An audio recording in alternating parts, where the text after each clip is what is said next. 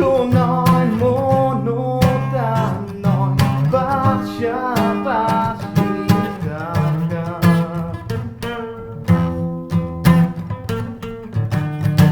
মাটির গভীর মাটি আচলে গভীরে জল। ডিরেক্ট চলে যায় আলোচনায়। সো জাহান ভাই একটু বলেন কি চলছে ব্যান্ডে এখন? ব্ল্যাকে যে চলছে আমরা দেখতেই পাচ্ছি, একটা নতুন চেহারাও চলে আসছে অলরেডি। সো এটা নিয়ে অনেক কোয়েশ্চেন ফ্যানদের মধ্যে যে নতুন এই ফেসটা কি পার্মানেন্ট নাকি গ্যাস নাকি একটু আপডেটগুলো একটু প্লিজ বলবেন। অফকোর্স অ্যানাউন্সমেন্ট যেহেতু হয়ে গেছে, we did a great show that day, so the announcement was there. It's a big news for black fans. So একটু জাস্ট পরিচয় করে দেন ফ্যানদের সাথে যারা ওই শো মিস করছে, দেখে নাই তাদের সাথে। না, ওই শোটা আসলে it is a great show. আমরা তো অন স্টেজে ওকে ওয়েলকাম করলাম, Ishaan the vocal, so Fahan তো আছেই ড্রামসে, Charles the bass and the গিটারে, so that's a line up right now. So Ishaan ভাইয়ের কাছে চলে যাই শুরুতে। তো ঈশান ভাই একটু বলেন না যে ব্ল্যাকের সাথে জয়েন করার জার্নিটা কিভাবে, স্টার্টটা কিভাবে হলো? ব্ল্যাককে নিয়ে তার আগে কিছু বলি যে আমি এই লাস্ট শো যেটা বলেছিলাম আর কি, সো 2002 ছিল তখন, that was the first time I saw Black. আচ্ছা। সো তার আগে ব্ল্যাকের কখনো শো আমার দেখা হয়নি। সো ব্ল্যাক 1998-এ দে স্টার্টেড জার্নি, 1998-9 এরকম। 98, হ্যাঁ। তো 2002-তে উইন্টার গার্ডেন, যেটা এখন যেটা ইন্টারকন্টিনেন্টাল, তো ওখানে ফার্স্ট টাইম আমি আমার কিছু ফ্রেন্ডস নিয়ে যাই। So that time I was like man কি জোস একটা ব্যান্ড। দেখছি জন ভাই পুরো স্টেজে লাইক পুরো একদিক থেকে একদিকে জাম্প করতেছে, তাহসান ভাই মানে প্লেইং কিস খুব সুন্দরভাবে, টনি ভাই একদম পাঠায় ড্রামস বাজাচ্ছে। তখন আই ওয়াজ লাইক ও কি জোস ব্যান্ড একটা। সো তখন থেকে ব্ল্যাকের ফ্যান হওয়ার যেটা আর কি। সো লাইক একটা জীবনের একটা বড় সময় পার হয়েছে ব্ল্যাকের গান শুনে। সো লাইক ইটস লাইক যে জাহান ভাই যখন আমাকে বললো ব্ল্যাকের ব্যাপারে, তখন I was like I know every song, ব্ল্যাকের সব গানই আমার জানা। সো জাহান ভাই একদিন স্যার ফোন দিল যে ঈশান কী অবস্থা, কেমন আছো? জাহান ভাই সাথে আমার পরিচয় ছিল আগেও। সো আসলাম, এসে তারপর আমাদের ফেমাস লেজেন্ডারি দূরে ভাইও ছিল আমাদের সাথে। আচ্ছা। ওই দিন আমার অডিশন জিতছে চলো। সো সাডেনলি তখন উই ওয়ার লাইক আমরা let's do the first show, তারপর we will decide, we will talk about future, তারপর কী হবে। সো দ্য লাস্ট শো যেটা ছিল নভেম্বর রেঞ্জ, যে শোটা ছিল, দ্যাট শো ওয়াজ অ্যামেজিং। এত ক্রাউড, আই ওয়াজ লাইক যে পুরা আমি দেখছি যে ক্রাউড ইজ লাইক মানে সো লাইক এত লাইক ইন্টারাক্টিভ ছিল। সো ক্রাউডকে যা বলছি ক্রাউড তা করছে, crowd took me very positively. So that gave me a very positive vibe inside. এর জন্য মানে যেটা হয় যে যখন ফার্স্ট একটা এত বড় ব্যান্ডের সাথে আমরা যখন ফার্স্ট গান গেতে যায়, তো it's a very challenging thing. So আপনি কি নার্ভাস ছিলেন? টু বি অনেস্ট আমি স্টেজে নার্ভাস ছিলাম না, কিন্তু আমি অডিশনের সময় একটু নার্ভাস ছিলাম। মানে প্র্যাকটিস প্যাডে না, actually that was not the audition. মানে ওর অডিশন বলতে যে একদম আমরা জ্যামিংয়ে আসলাম, ও একটা দেখি কেমন গান পারো বিষয়টা। সো উই নো ইট যে you can do it. November range show এর পরে ফ্যানরা কিভাবে অ্যাকসেপ্ট করলো?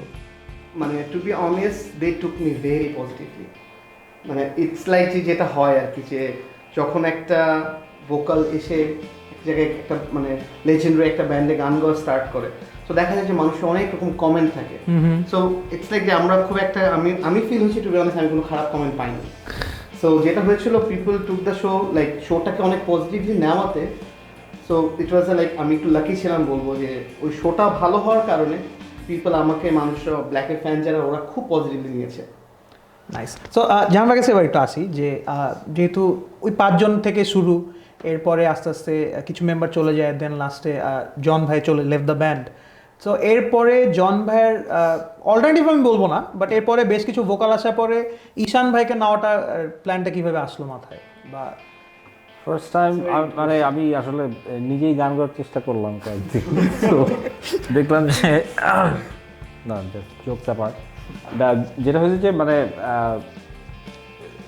অনেক দিনের ব্যান্ড তো দেখা যায় যে আমরা কিছু সুবিধা পাই, যেমন ও শেয়ার করলো ব্ল্যাকের হয়তো শো দেখছে আগে, বাট গানগুলো শুনছে আগে, সো হয়তো নিজের অজান্তেই হয়তো অনেক গান ওর লিরিকগুলো হয়তো মুখস্থ থাকে বা কিছু। আমরা ফার্স্ট যেদিন জ্যামিং করলাম দূরে ভাইও ছিলেন সাথে, সো দূরে ভাইও আসলে আমার মনে পরে বলছিল যে হি ইজ দ্য গাই। আমি দেখছি যে আমরা উই আর জ্যামিং আর দুই ভাই চোখ বন্ধ করে শুনছে রাইট যেভাবে দূরে শুনে অলওয়েজ দেখছেন খুব মনোযোগ দিয়ে শুনছে, হাসতেছেন না, কোনো রিঅ্যাকশন দিচ্ছেন।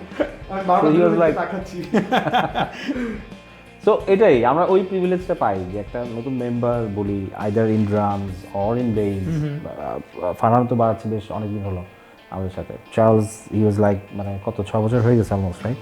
সো ও যখন ফার্স্ট আসে ব্যান্ডে, সো আমি ওই এমনও না যে অনেকগুলো গানের কর্ড দেখাবো বা কি ফিলের গান, সেটাও কখনোই আমার মনে হয় না যে করতে হয়েছে, but we just played together.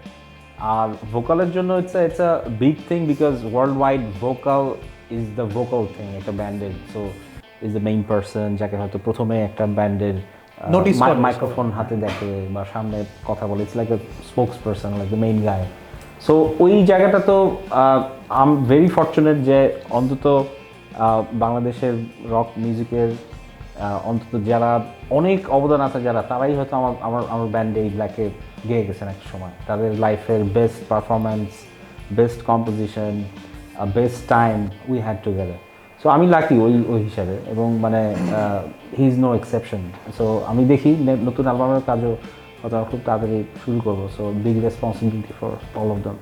So আরও আড্ডা হবে, বাট আড্ডার মাঝখানে একটা গান যদি না শুনি তাহলে তো হলো না। ঈশান ভাই যেহেতু জয়েন করলো, সো ফ্যানরা এবং আমি সবাই একটা গান শুনতে চাই। কোন গান শুনতে চাও? Blues and road, Blues and blues and road please.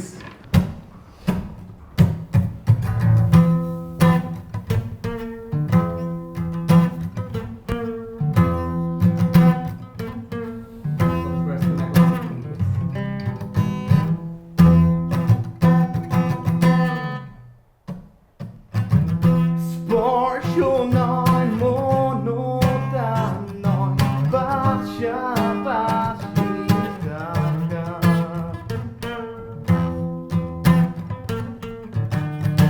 মাটির গভীর মাটি, আঁচলে গভীরে জল।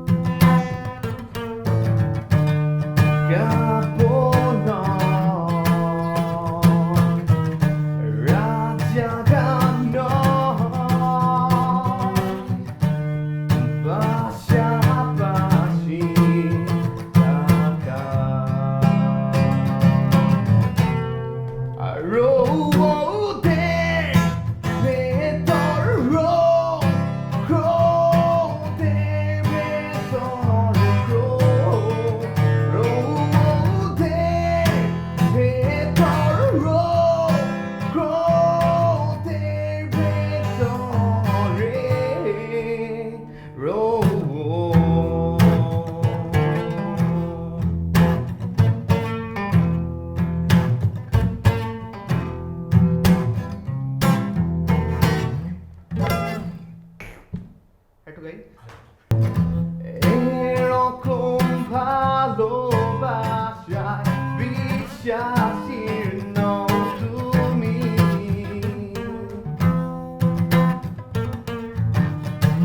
অথচ তোমাকে আজ দেখি আমি।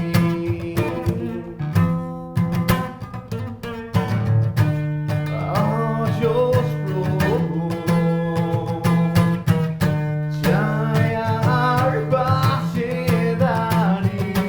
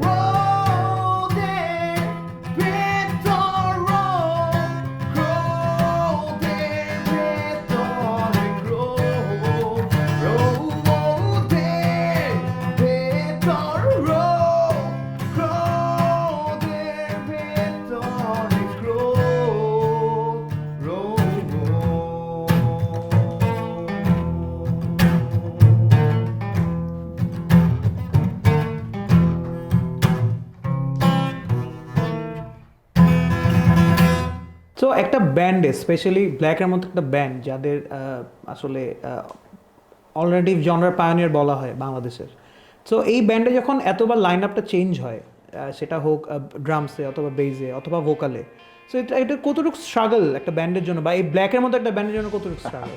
না, স্ট্রাগলের বিষয়টাই বললাম যে হয়তো বাইরে থেকে হয়তো মনে হয় যে আবার একটা ব্যান্ডের মেম্বার চেঞ্জ হওয়া, বাইরে থেকে মনে হয় ব্যান্ড বুঝি ভেঙেই গেল, এইবার বুঝি আর হচ্ছে না, বা ইটস নট দ্যাট। আমাদের নিজেদের প্র্যাকটিস প্যাড তো আমাদের ব্ল্যাক যখন শুরু হয় তখন থেকে আমাদের নিজেদের practice pad, we are very fortunate সেই হিসাবে আমাদের নিজের ইনস্ট্রুমেন্ট থাকা, যখন খুশি তখন জ্যামিং করা, we never had to struggle in that moment. মাঝখানে হয়তো কিছু সময় গেছে যে বিভিন্ন জায়গায় প্র্যাকটিস করতে হয়েছে, but we had our own practice pad.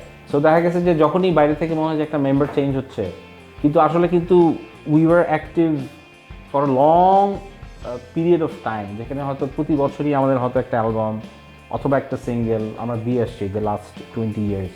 এখন তো হয়তো কয়টা পাঁচটা ফুল লেন্থ অ্যালবাম, প্রায় 25-26টার মতো সিঙ্গেল, বিভিন্ন মিক্সড অ্যালবামে। সো এইটার জন্য হচ্ছে অনেক স্ট্রাগল আমার কাছে এখনও স্ট্রাগলই মনে হয় না, বা আমার কাছে মনে হয় যে ইটস সামথিং নিউ, যে একটা নতুন মেম্বার আসলে they have a lot to give.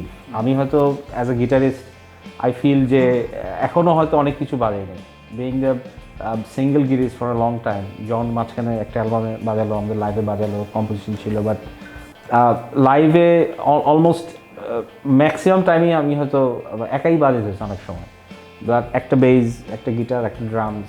So একটা রক ব্যান্ডের জন্য it's a great thing to pull of.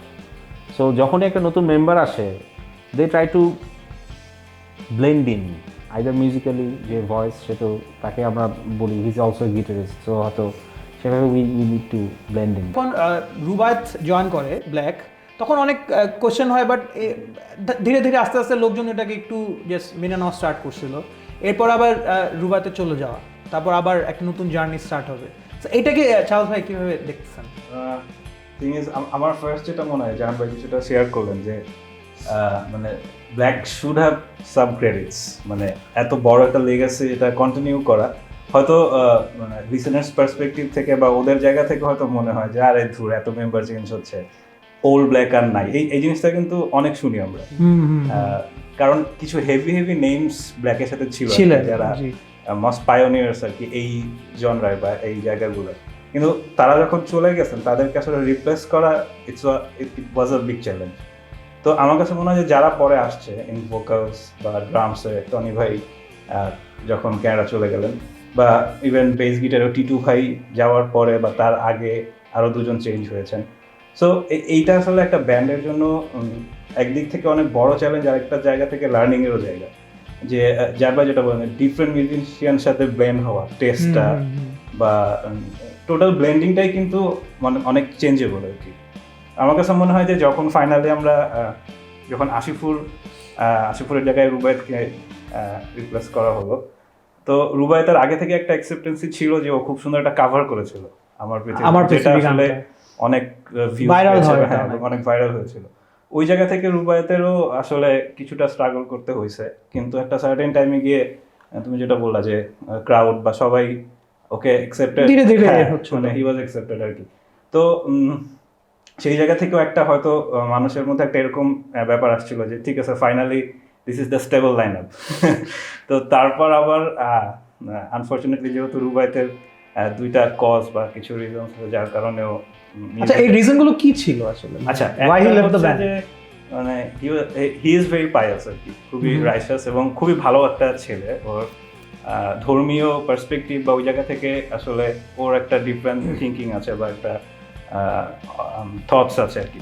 ওই জায়গা থেকে হয়তো একটা সার্টেন টাইমে এসে মনে হয়েছে যে music is not his thing. So ওই জায়গা থেকেও হয়তো একটু ওই রিলিজিয়াসলি ওইভাবে চিন্তা করেও আসলে মিউজিকটা আর কন্টিনিউ করতে চাচ্ছিল না। There was no conflict in between us, এটা একটু ক্লিয়ার হওয়া প্রয়োজন। যে অনেক হয়তো ভাবে যে যখন একটা মেম্বার লিভ করে তার মানে হচ্ছে যে খুব বড় একটা ঝগড়া বা মিসআন্ডারস্ট্যান্ডিং। আসলে রুবায়েতের সাথে আমাদের এখনো still we have a chat group যেখানে আমাদের র্যান্ডমলি চ্যাটিং হয়, কথা হয়। জাহান ভাই যদি একটু বলেন যে ওয়াই ঈশান ভাই? আসলে না, কোশ্চেন হওয়া উচিত ওয়াই নট ঈশান, মানে সেটাও একটা ব্যাপার। আর যেটা বললাম যে আসলে অডিশন এর কথা যেটা বলছিল, ওর আসলে ওর যে রেকর্ডিংসগুলো আমরা শুনছিলাম লাস্টে, তো হি হ্যাজ দিস ভার্সিটালিটি, যেটা আসলে একটা মানে ব্ল্যাকের মতো একটা ব্যান্ডের জন্য দরকার। যেটা বলছিলাম যে আসলে আমাদের তো অনেক ধরনের জনরা নিয়েই কাজ করতে হয়, কখনো অনেক লো পিচের কাজ আছে, কখনো হাই পিচের কাজ আছে, ইভেন কিছু জায়গায় গলা ক্র্যাকও করতে হয়, কিছু জায়গার জন্য এক্সপ্রেশনের ব্যাপার আছে। So he had all of this in his voice. So ওটার জন্যই আসলে we needed a versatile voice, other than হয়তো আমাদের একটা লো এর জন্য একটা ভোকাল, একটা জন্য vocal, we needed multiple vocal. So I think he can pull it off quite good.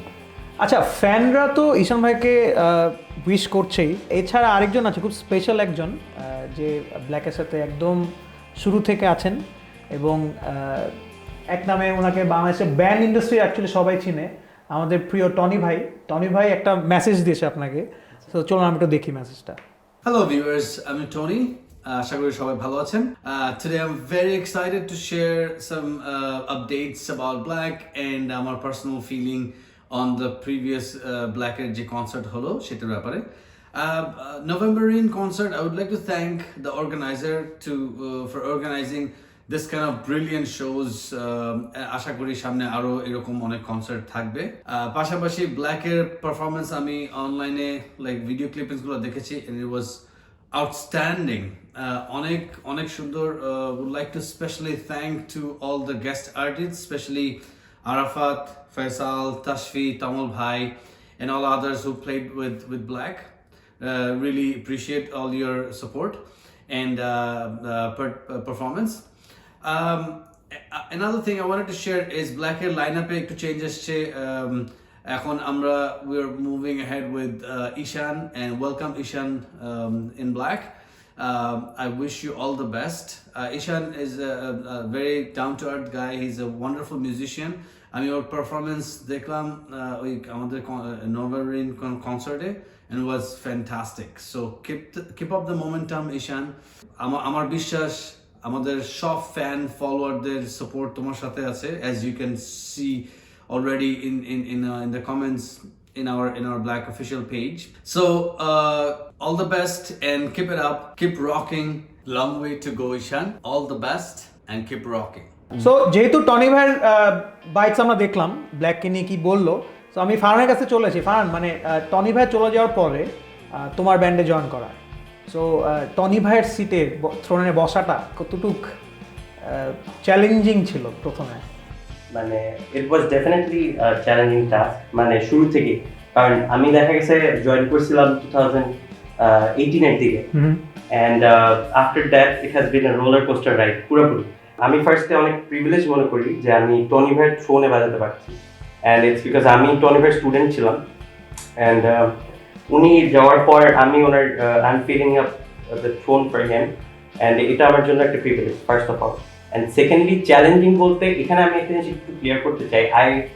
মানে অলওয়েজ হ্যাড দিস ফিলিং, এটা যেটা আমি বলতে চাচ্ছিলাম অনেকদিন ধরেই, সেটা হচ্ছে যে টনি ভাইয়ের কোনো কিছু I don't want to take his place, মানে কোনোদিন আমি এটা যেটা মনে করি আসলে, because the things that he created ওগুলো মাস্টারপিস, অ্যান্ড ওগুলা সবসময় থাকবে।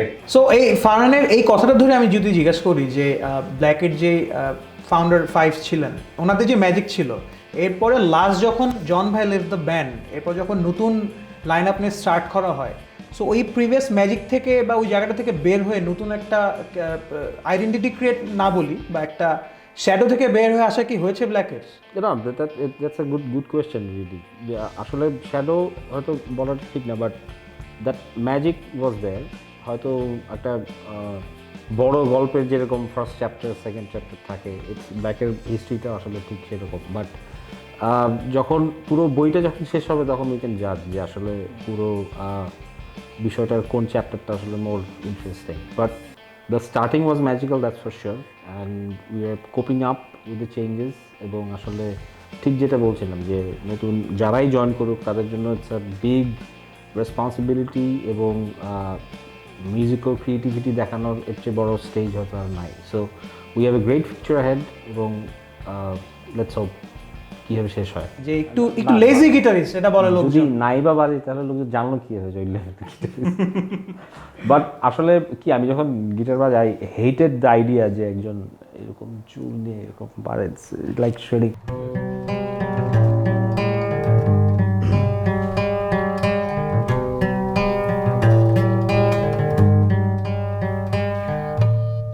দুজনকে আজ মনে হয় দুগ্রহে, তোমার জীবনে স্রোত ভীষণ প্রীতম, ছুতে যেতে চাই দূরে, অথচ তোমাকে এড়াতে